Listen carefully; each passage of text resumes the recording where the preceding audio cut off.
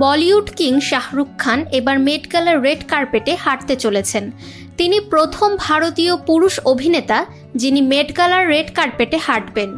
Fashion designer Sabyasachi মুখার্জির পোশাকে দেখা যাবে তাকে। ভক্তরা শাহরুখকে এমন নতুন ঝলকে দেখতে মুখিয়ে রয়েছেন।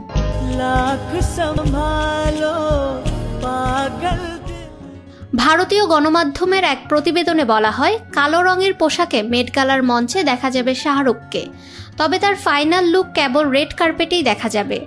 ডিজাইনার সব্যসাচী ইতিমধ্যেই জমিয়ে প্রচার শুরু করেছেন।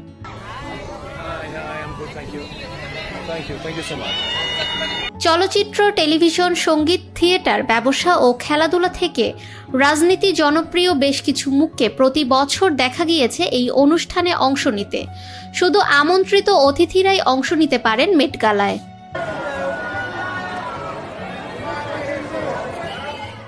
2023 সাল পর্যন্ত এই অনুষ্ঠানে অংশগ্রহণের টিকিটের মূল্য ছিল $50,000 মার্কিন, যা বর্তমানে বেড়ে হয়েছে $75,000 মার্কিন।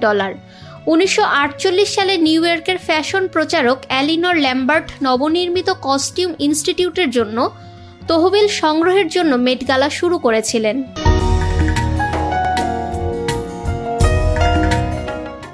মেট গালাকে বর্তমানে বিশ্বের সবচেয়ে মর্যাদাপূর্ণ এবং আকর্ষণীয় ফ্যাশন ইভেন্ট হিসেবে বিবেচনা করা হয়।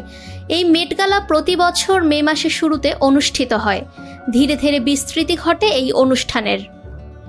ফাহমিদা বিনতে আনোয়ার, নিরপেক্ষ নিউজ ডেস্ক।